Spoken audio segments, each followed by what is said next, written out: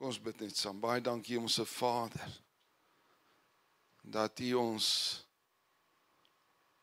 so lief gehad het, dat U Jesus gestuur het om die volle prys te betaal. Vir ons, om kinders van God te mag word. Erfgename van U koninkryk. Dankie Jesus vir U liefde, dat U tot die dood toe getrou was, en gesê het, dit is volbring, die volle prys is betaal. Dankie daarvoor Jesus, dat U gehoorsaam was. En dankie dat U dit vir ons moontlik gemaak het. Om in die teenwoordigheid van die almagtige, heilige God te kan inkom vanmôre, deur die bloed van Jesus. Dankie daarvoor. En dankie Heilige Gees dat U vanmôre met ons sal praat. Ons sal lei in die volle waarheid.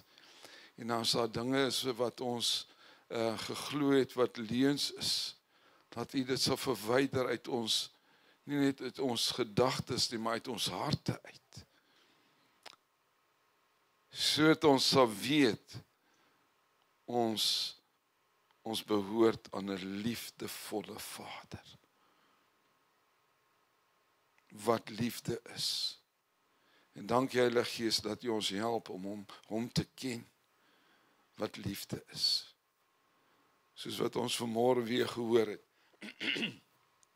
Wat ons onvoorwaardelik lief is. Lief is vir ons. Dankie Vader. Ons prys U vanmôre. Kom praat met ons vanmôre. O Heilige Gees, kom maak die woord vir ons oop.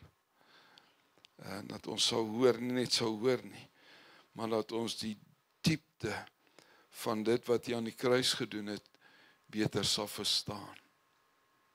Kom o Heilige Gees. Kom o Heilige Gees, kom praat met ons. In Jesus naam bid ons dit. Amen. Nogmaals baie welkom. Het is baie lekker om elkeen van U te sien. Wat 'n voorreg. Baie dankie dat U hier is ook.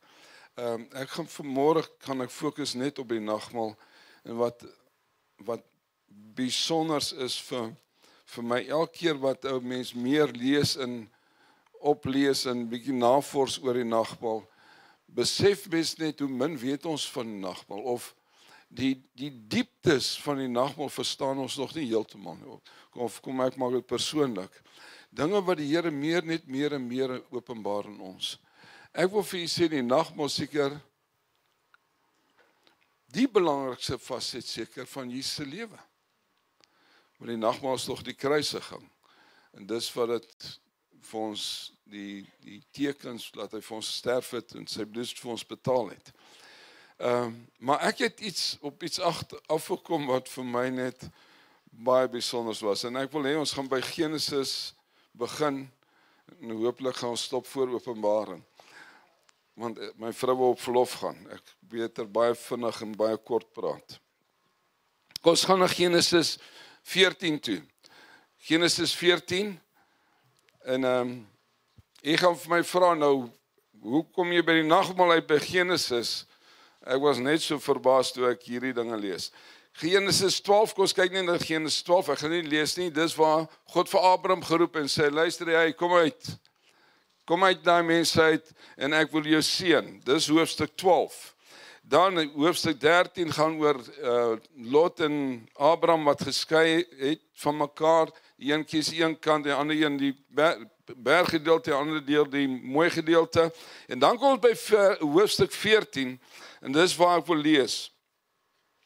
Wat hier gebeur het, in hoofstuk 14, Sodom en Gomorra en nog 3 ander konings, hulle voer oorlog teen ander 4 konings. En die ander konings wen toe en hulle vat toe vir Lot, onthou Lot was in Sodom, vat toe vir Lot en Abraham se broer, ontvoer hulle, en hulle vra vir Abraham raak betrokke in die oorlog, hy vat sy beste 300 man, geoefende manne vat hy toe, om oorlog te voer teen daai konings, hy wen toe die oorlog, en hy vat daai mense terug van Sodom, Gomorra en die ander 3 konings, en hulle byt. Nou ek gaan dit probeer verduidelik, dit was in noorde van Damaskus waar hier oorlog was. Nou beweeg Abraham terug na Hebron toe, en as hy na Hebron toe terug beweeg hy verby Jerusalem. Maar Jerusalem was nie Jerusalem in daai dae nie. Reg, nou gaan ons lees. Kom ons gaan na hoofstuk, na vers 18. Voor ons na 18 toe gaan dalk. Wat gebeur is toe hy nou die oorlog wen, en nou bring hy die manskappe terug in die byt wat hy gekry het, toe dink die koning van Sodom, luister jy, ek moet onderhandel met Abraham, om vir hom te sê, luister jy, wat kan jy kry en wat gaan ek vat? Dit was in Sodom se hart. Maar soos wat Abraham afbeweeg, kom hy by Jerusalem, wat nie Jerusalem was daai dae nie. En dis wat ons nou gaan lees. Ek is nou by vers 18. En Melchisedek, dis die eerste keer waar die woord opkom. Hier's 3 dinge wat ons die eerste keer in die Bybel gaan lees. En Melchisedek, die koning van Salem. Nou gaan jy vir my sê, hey, maar jy praat van Jerusalem. Die stad of die dorp Jerusalem, sy naam was Salem. En ek hoop jy kan dit sien, Jerusalem. Salem was Jerusalem gewees. Met ander woorde, Melchisedek was die koning van Salem, wat vandag Jerusalem genoem word. Reg, kom ons lees weer, die Melchisedek, die koning van Salem, wat 'n priester van God die Allerhoogste was, het hom brood en wyn gebring. Kom ons stop net daar. Met ander woorde, hier kom 'n koning van Salem, en hy is nie net 'n koning nie. Hy is ook 'n priester. Dis die eerste keer wat ons te doen het met 'n priester in die Bybel. Voor hierdie plek was daar nooit gepraat van 'n priester nie. Met ander woorde, is die eerste keer wat ons lees van Melchisedek, eerste keer wat ons lees van 'n priester. Melchisedek is nou moet ek 'n goeie woord kry. Is 'n figuur of 'n persoon waar daar bietjie verskillende sieninge is oor hom. Mens lees nie baie van hom nie, ek wil vir jou vra, jy kan gelees in Hebreërs 7 ook van hom. Maar Melchisedek, party mense sê hy soos 'n inkarnasie van Jesus Christus. Daar's teoloë wat sê, luister jy, hy is 'n ewe beeld, hy is 'n spieelbeeld van wie Jesus is. En daar's daar teoloë wat dit nie daarmee saamstem nie, en ek stem met al die teoloë saam. Verstaan, dis 'n moeilike konsep, maar wat ons wel hier moet sien, is, hy's 'n koning, maar hy's ook 'n priester. En as jy, reg, onthou ons moet weet, Abraham het omtrent so plus minus 500 jaar voor Moses gelewe. Moses het die wet ingebring, Moses is die een wat priesters ingebring het. Reg, en die Jood wat die Moses gedoen het, as jy priester wil wees, moet jy die slag van, wat is stam moet jy uitkom? Levi. Die priesters het uit die stam van Levi uitgekom. Konings het uit die stam van Juda gekom. Dankie, is 2 teoloë tussen ons. Reg, luister mooi, want dis belangrik. Met ander woorde, toe Moses priesters en konings aangestel het, in daai tydperk, 'n koning kon nie 'n priester gewees het nie. 'n koning kon nie 'n priester gewees het, en 'n priester kon nie 'n koning gewees het nie. Want priesters kom uit die stam van Levi, en konings kom uit die stam van Juda. Maar hier sien ons, voordat Moses hulle ingebring het, was hier 'n man wat 'n koning was, sowel 'n priester. Dis iets besonders wat ons sien. Wat is 'n koning? Heerskappy. Wat is 'n priester? Priester is die een wat bedien, wat van God die hoor en vir die volk gesê het en van die volk af met God gepraat het. Met ander woorde, hy was half die tussenganger. Maar wat interessant is, kom ons lees dit nou weer, Melchisedek, die koning van Salem. Natuurlik die ander woord vir Salem is eintlik Shalom. Salem kom van die woord Shalom. Wat beteken Shalom? Vrede. Met ander woorde, en dit gaan jy lees in Hebreërs 7, Melchisedek was die koning van geregtigheid en hy was die koning van vrede. Baie interessant. Reg, kom ons lees vers 18 weer. En Melchisedek, die koning van Salem, wat 'n priester van God, die Allerhoogste was, het hier kom dit brood en wyn gebring. Eerste keer wat ons lees van brood en wyn. En dit het te doen met dit wat ons vanoggend gaan eet. Ons gaan brood en wyn eet. Reg. Wat toe gebeur het en wat aan, kom ons gaan aan. Kom ons lees aan. En hy het brood en wyn vir hom gegee. En hom geseën, dit met antwoorde, Melchisedek seun vir Abraham. En hy het hom geseën en gesê, geseënd is Abraham deur God, die Allerhoogste, die skepper van die hemel en aarde. En geseënd is God die Allerhoogste, wat die vyand in u hand gegee het. Toe gee hy, dis Abraham, aan hom 1/10 van alles. Baie interessant, ons lees van die eerste keer van Melchisedek, die eerste keer wat ons hoor van 'n priester, die eerste keer wat ons sien van brood en wyn wat spesifiek bedien word, en die eerste keer wat ons lees in die Bybel van 'n 10de wat gegee word. En dit is 500 jaar, plus minus voordat Moses daar was. Reg, dit ontvang Abraham van Melchisedek.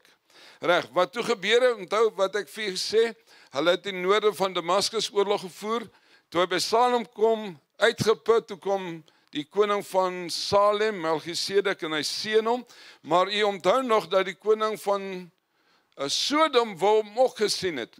En dit gaan u lees, en ek gaan dit kan alles lees, van vers 21 tot 24, wat die koning van Sodom toe wou doen. Hy sê, luister jy het nou die oorlog vir my gewen, gee net my mense vir my terug, en jy kan al die goed vat. Ek wil nie die buite hê nie, jy kan dit vat vir jou. En Abraham sê toe vir hom, nee, ek wil niks sê nie. Hy sê, ek wil nie 'n stuk draad of 'n skoenriem eers sê van jou nie. Hy sê, ek wil niks van jou ontvang nie, maar hoor wat is sy rede. Hy sê, want as ek ryk geword het, gaan jy sê, dis ek wat jou ryk gemaak het. Luister mooi wat sê Abraham. Met ander woorde, Abraham sê, ek vat liewers dit wat Melchisedek vir my gegee het, dat God se seëninge sal my ryk maak, as wat ek iets van jou ontvang, en dan kan jy sê, jy het my ryk gemaak. Met ander woorde, Abraham maak 'n keuse om te sê, Here, ek staan met 'n verbond nog steeds met U. U is my bron, U is my voorsiener. Gaan nie staat maak op mense nie. U is die een wat vir my voorsien. Baie interessant. Reg, kom ons gou nou na, maar waaroor dit gaan nie, dit is die eerste keer dat ons lees van brood en wyn. En ons moet weet, die disippels en die skrifgeleerders het die eerste 5 boeke van die Bybel uit hulle kop uitgeken. Met ander woorde, die disippels het geweet van brood en wyn van Melchisedek. Reg, kom ons gaan na Matteus toe, Matteus 26.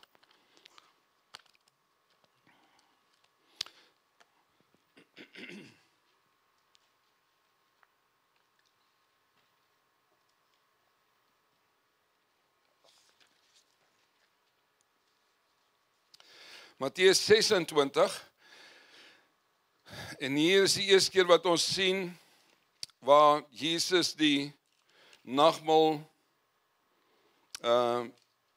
of die laaste keer wat Jesus die nagmaal bedien het. En dis die eerste keer wat hy iets anders openbaar.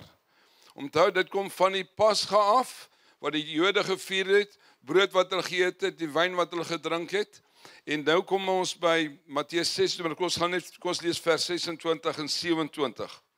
Matteus 26. Dis die Pasga, en terwyl hulle eet, neem Jesus brood, en nadat hy gedank het, breek hy dit en gee dit aan sy disippels en sê, neem eet, dit is my liggaam. Nou verander dit heeltemal. Hier sê Jesus, luister, dit is nie net brood nou meer nie. Maar hierdie brood is niets. Dit is nou my liggaam. Vers 27. En toe neem hy die beker, nadat hy gedank het, gee hy dit aan hulle en sê, drink almal daaruit. Want dit is my bloed, die bloed van die Nuwe Testament. Nuwe Testament of die Nuwe Verbond, is 'n beter vertaling. Nuwe Verbond, wat ek nou sluit. Wat vir baie uitgestort word tot vergifnis van sonde. Wat Jesus eintlik vir hulle hier sê, hy sê, dit wat Melchisedek gedoen het in Abraham se tyd, dit bring ek nou net weer terug. Met ander woorde, daar was 'n seisoen, Melchisedek sê dit vir Abraham, en nooit weer gebeur dit nie. Moses kom en hy bring die wette en hy sê reg, Lewiete, julle moet offer ensovoorts. Julle is die priesters, julle moet offer. Maar hierdie offer wat julle bring, gaan julle elke dag moet doen vir die sonde van die mense. En nou kom Jesus en hy sê, luister, nou bring ek 'n nuwe verbond in. En hierdie verbond gaan ek eens vir altyd betaal. En nooit weer nie.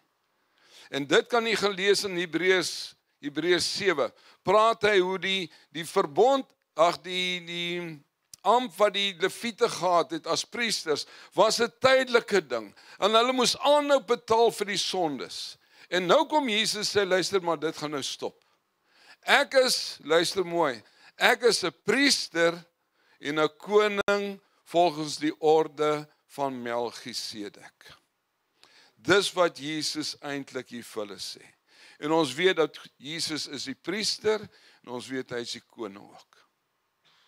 Reg, en ek wil nie dieper daar gaan nie, maar gelees val in Hebreërs 7, dan praat hy daarvan dat die Lewiete die priesters van Lewiete moes elke dag weer offers bring. Hulle kon nie eens gaan sit nie, hulle moes aanhou gaan, want daar's mense, die priesters gaan dood, en hulle moes elke keer offers bring, terwyl Jesus een keer betaal, en hy staan en hy het gaan sit, is verby.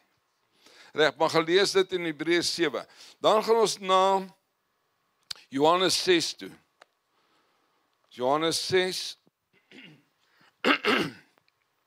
ek wil graag dit net lees hoe Johannes 6 dit skryf, en hier is vir my belangrike twee goed wat hy hier sê, wat geweldig belangrik is. Dalk voordat ek lees, ek weet daar's mense wat sê, ja, as jy bid, en jy sê, dis die liggaam van Christus, en dan klink dit, die tieners sal sê, grous. Dit klink so,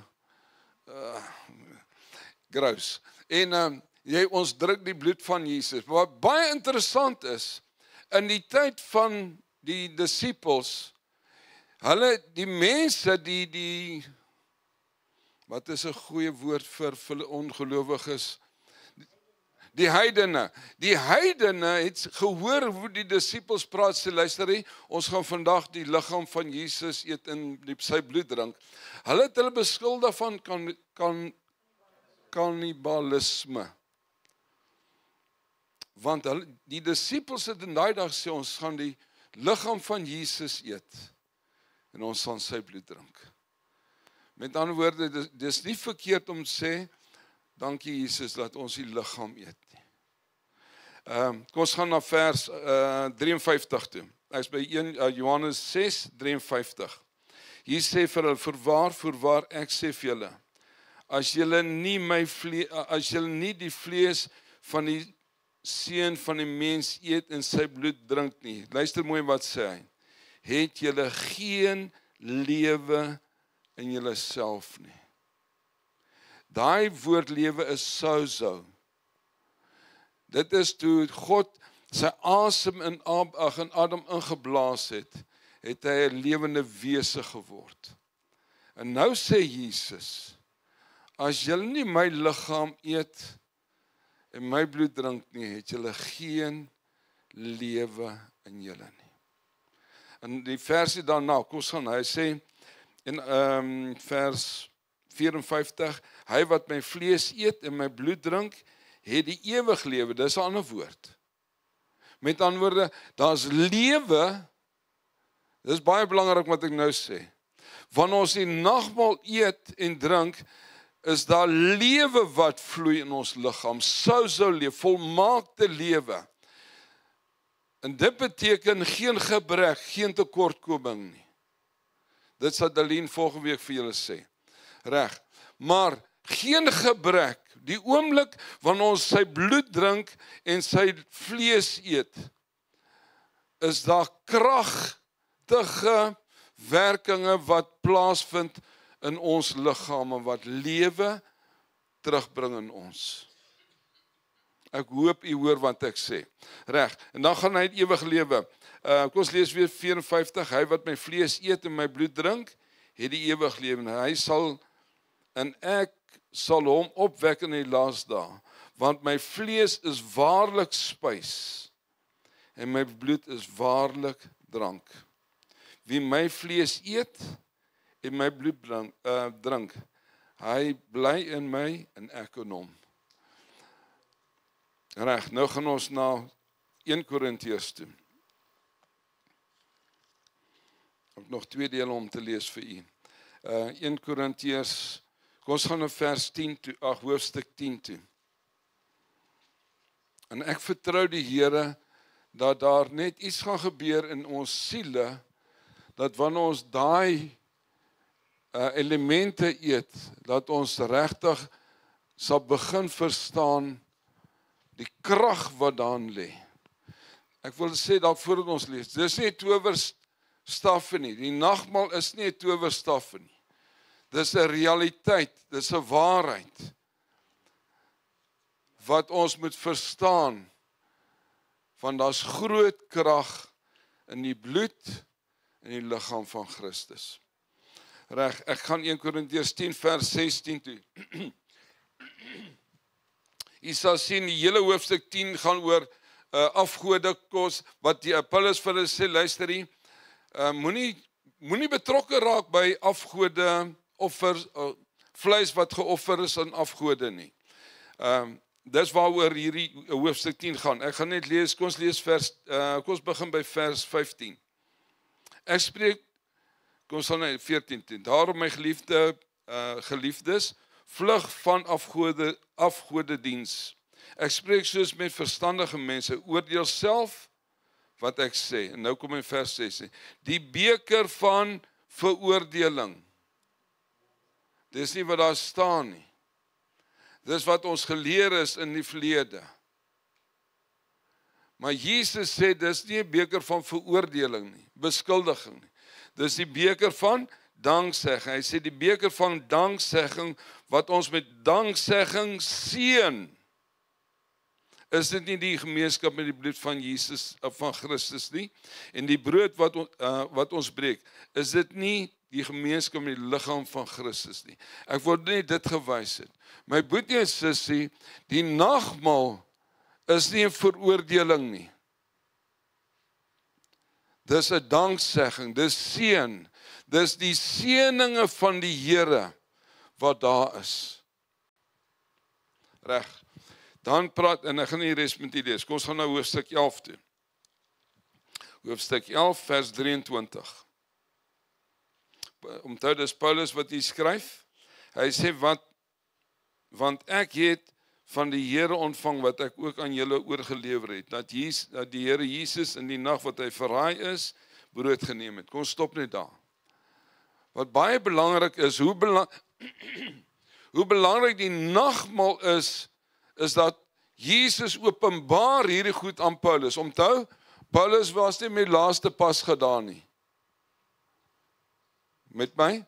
Paulus was nie deel van die 12 nie. Maar Jesus het dit belangrik geag om hierdie ding te openbaar aan Paulus. Paulus sê nie, ek het by Markus gehoor en Johannes my vertel. Nee, hy sê, God het self vir my hierdie dinge openbaar. Dis hoe belangrik die nagmaal is. Dat God het openbaar het aan Paulus en laat hy dit neergepen het. Reg, kom ons lees nou ons gaan na vers 24. En nadat hy gedank het, daai dank beteken dit beteken goed. Die Engelse praat van die nagmaal as dit Lord's table, communion, die Eucharist. Is that the right word, ma'am? Eucharist. Nou die woord you beteken goed en charis beteken grace. Good grace. Met ander woorde, wanneer ons die nagmaal neem, dan is dit goeie dinge, seëninge, guns wat God vir ons gee deur sy genade.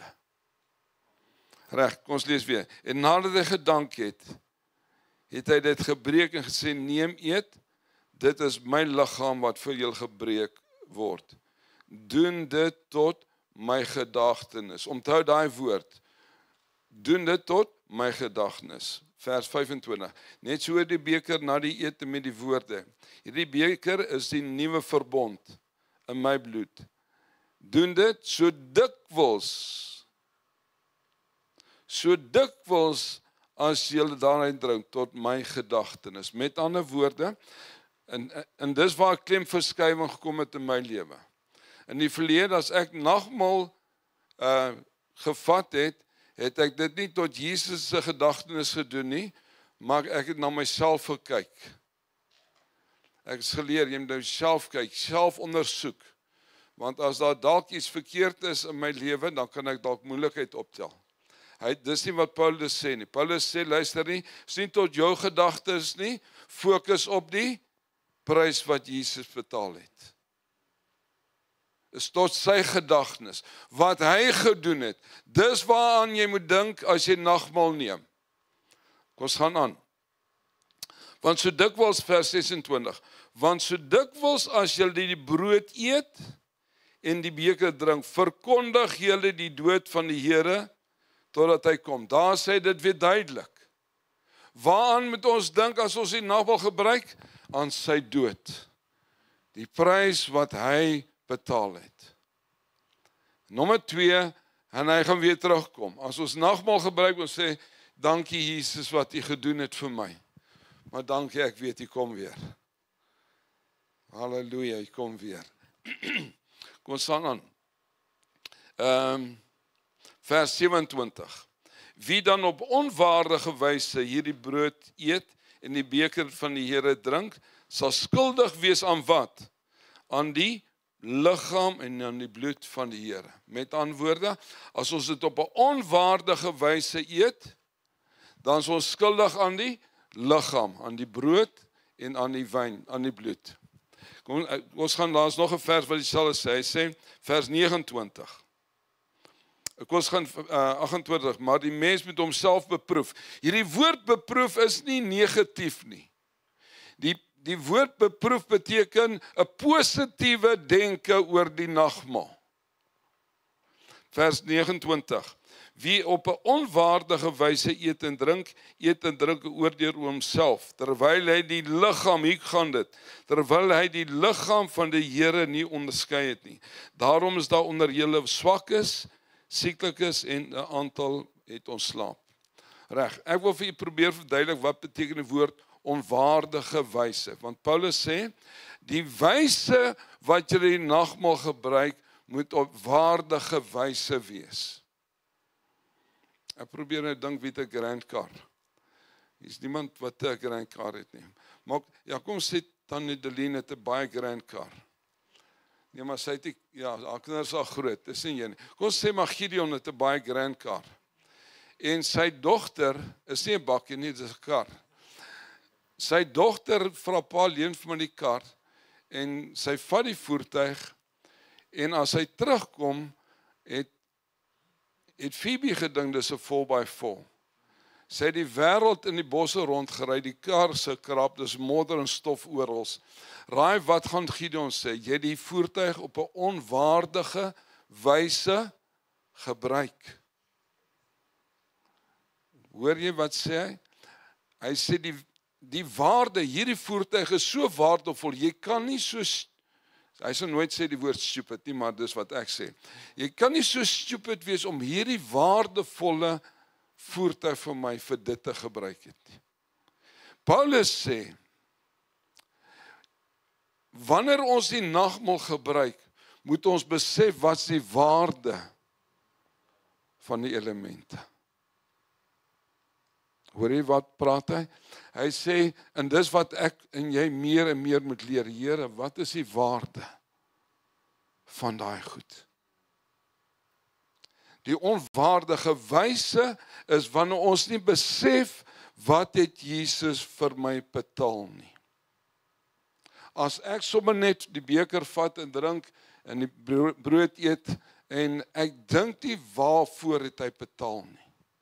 Waarvoor is die nagmaal daar? Dit is 'n teken dat hy het gesterf. Luister mooi. Ek kan nie gaan na Jesaja 53 nie. Hy's verbrysel vir my gebreke. Sy liggaam is gebreek sodat my liggaam heel kan wees. Amen. Deur sy wonde is ons genees. Ja. Dis die waarde. Die waarde, as ek 'n waardige wyse nagmaal gebruik, dan sê ek, dankie Jesus. U het die volle prys betaal, sodat my stikkende liggaam heel kan wees. En sy bloed het gevloei, vir wat? Vir vergifnis van sondes en ongeregtighede. En as jy onderskei tussen daai twee woorde wil hoor, vra vir Isel. Sy gaan vir jou mooi verduidelik wat beteken ongeregtighede en wat beteken sondes. Twee verskillende goed. Reg, maar die bloed het gevloei vir die wegneem van ons sondes, ons ongeregtighede. Die bloed het gevloei en dit het versoening gebring en vrede gebring tussen ons en God die Vader. En dan die vierde punt wat die bloed doen, die bloed beskerm ons. Onthou toe die bloed teen die deurkusyne geverf is, het die bloed beskerm. Wanneer ek en jy die bloed drink, die waarde daarvan is, daar's beskermingskrag in die bloed. En die laaste ding waarvoor die bloed daar is, dit gee vir ons lewe en lewe in oorvloed. Onwaardige wyse as ek nie hierdie dinge in ag neem nie. En ek wil vir jou vra vir môre, as ons die nagmaal gaan gebruik, ek wil hê families moet dit vat, en dan gaan ek, staan julle by mekaar, en dan gaan ek bid. En as ek klaar gebid het, wil ek hê, as die ouer, die pa, wat ook al by wie jy staan, sal spesifieke goed bid. Maar daar's groot krag in die nagmaal. As ons die nagmaal gebruik, my gebed is, Here, help ons, laat ons die waarde van u liggaam en u bloed sal besef. En laat ons op 'n waardige wyse dit gebruik. Asseblief, ek wil vir jou vra, moenie fokus op jou nie. Dit gaan nie oor jou nie. Die nagmaal gaan oor hom. Wat hy gedoen het. Nie wat jy doen nie, wat hy gedoen het. Die prys wat hy betaal het, om my te verlos, my te genees, my vry te maak, my te versoen met die koning. Dis waaroor die nagmaal gaan. Amen. Dankie Here. Dankie Jesus, dat u die koning en die priester is uit die orde van Melchisedek. U is koning wat 'n koninkryk omvestig het hier op aarde. Maar dankie ook dat u priester is en dat u ons vanmôre bedien met u liggaam. Met die brood wat u liggaam is en die wyn wat u bloed is. Wat u betaal het in my plek. Dankie daarvoor. En as ons dit vanmôre neem, wil ons dit op 'n waardige wyse neem. En ons prys en eer U vir die voorreg wat ons het om deel te neem aan die nagmaal. Dankie Jesus. Amen. Ek wil